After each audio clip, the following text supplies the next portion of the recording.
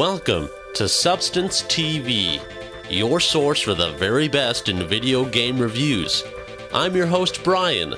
Join me each and every week as we take a look at the very best in video gaming, all the way back to old 8-bit Nintendo up until the newest next-gen consoles. So sit back, relax, and enjoy this episode of Substance TV.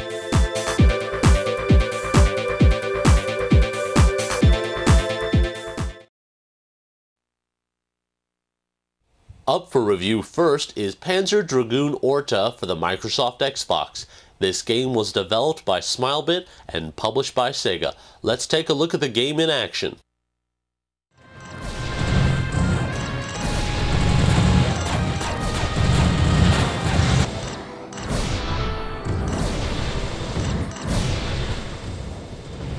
The story revolves around a young girl named Orta, who is rescued from prison by a strange flying dragon. For those familiar with the Panzer Dragoon franchise, the game allows you to use two styles of weapons. The first allows you to lock onto enemies and fire a barrage of lasers at your locked-on targets. The second weapon is a fast-fired machine gun for other enemies that can't be targeted by the lock-on system. The game also allows you to look in 360 degrees. This allows you to attack enemies from the front, the side, or even the back, depending on the situation. You also have the ability to morph into three types of dragons. Your standard form is the base wing. Then there's the heavy wing, and then the glide wing. One of the coolest features in the game is the Berserk mode. When activated, your dragon becomes invulnerable and you release a devastating attack on the enemy. The type of Berserk attack will depend on the type of Dragoon you're on at the moment. If you haven't already noticed by now, the game looks gorgeous. From scenes of sprawling jungle and wildlife, to battles fought high in the clouds, to space-age looking bosses, this game has it all. Trust me folks, there are Xbox 360 games out there that wish they could look like this, and this is on the first generation Xbox. The design of the levels and enemies also are top-notch. Just like the gameplay and the graphics, the sound is outstanding. The game is moderately difficult, but with enough practice, the game should be a breeze to play. The game also has some cool unlockables, like the first Panzer Dragoon for the Sega Saturn. Yeah, the graphics aren't exactly stellar, but it's a nice extra. Ugh, that game looked terrible. This game is simply amazing. The Panzer Dragoon franchise has always prided itself in unique gameplay, and this one is no different. This game can be found for super cheap. So hey, what are you waiting for? Go out and pick up this stellar title.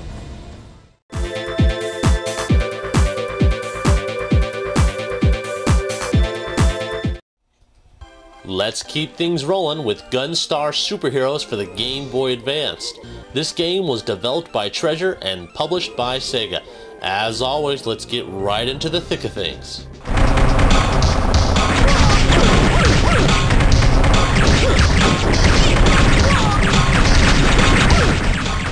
This game is the sequel to Gunstar Heroes on the Sega Genesis. It's a run-and-gun game similar to Gunstar Heroes before it and Contra before that. You can choose between red and blue. I know, the game screams Contra. Although this game is very similar to Contra and Gunstar Heroes, it has a few elements that make it very different. Of course, it wouldn't be a run-and-gun without running, and you guessed it, a gun.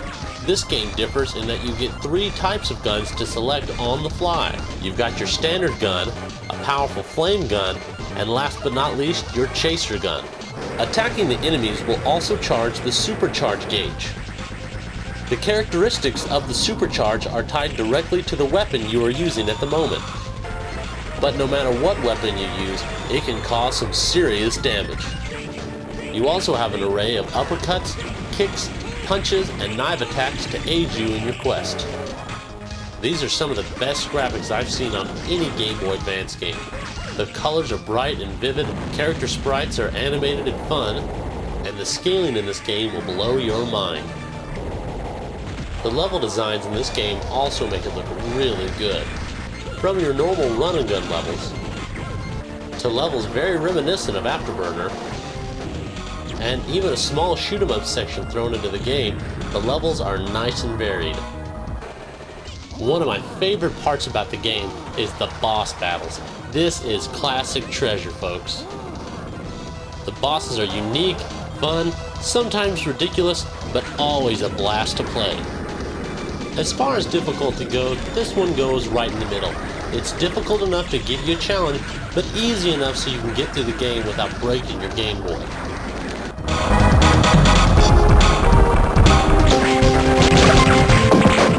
As always, Treasure comes through with a great soundtrack and sound effects. You can find a new copy for around 20 bucks. No doubt about it, this game is a must-own, so do yourself a favor and pick it up.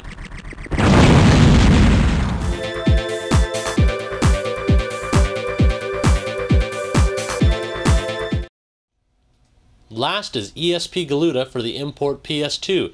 This game was developed by Cave. Check it out.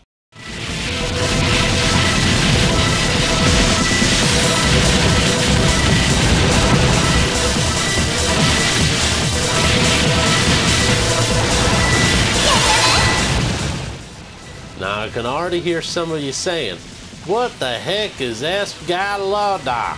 Well, first of all, it's ESP Galuda, and second, it's one of the best shoot 'em ups I have ever played in my entire life.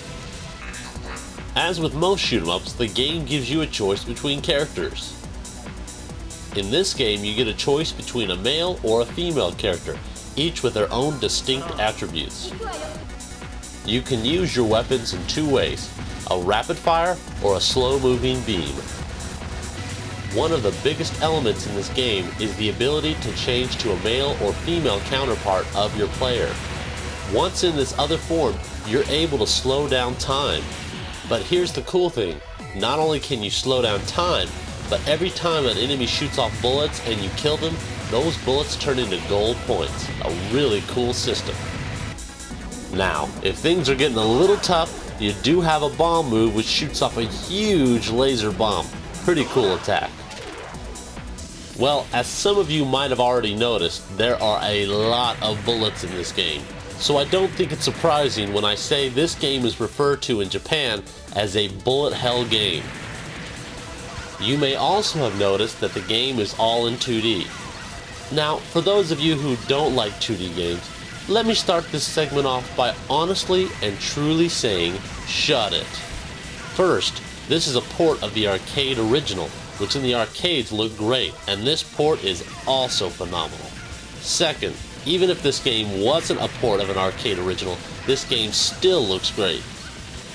There are some slowdown issues that aren't present in the arcade original, but for me, they actually help me in some of the more bullet-ridden sections of the game. This game is just how I like them, vibrant and bright. The colors are nice and vivid, the character sprites are well drawn, and the explosions are great too.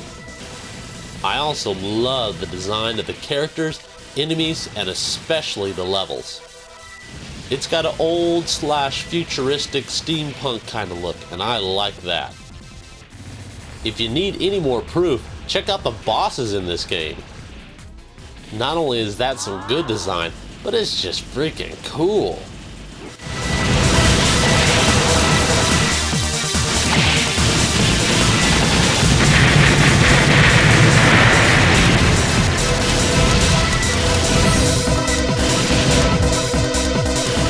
Do I even need to mention that the sound in this game is also great? The music is a nice upbeat sort of techno that gets you pumped up for the game. Also, the in-game sound effects are really well done. I especially like the explosion. Now, let's get to the important stuff, like how to get your hands on this game. First, to even play the game, you're going to either need to mod your PS2 or buy an import Japanese system. I recommend buying an import Japanese system as you won't have to mod your current system and it's a lot easier to use. As far as getting the game goes, you can either get it off of a normal website like PlayAsia.com for around 60 to 70 bucks, or you can get lucky and find it on eBay for around 40 to 50. Either way, it's a pickup. The game also includes a nice feature which allows you to play the game without the black bars and much bigger. Everything considered, this game is a must-own for shoot 'em up fans. Like I said, it is a bit difficult, but once you practice, you're gonna get real good at it.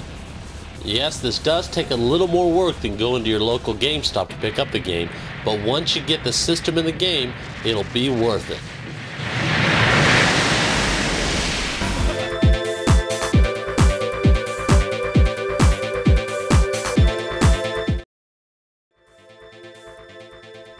That about wraps it up for this episode of Substance TV.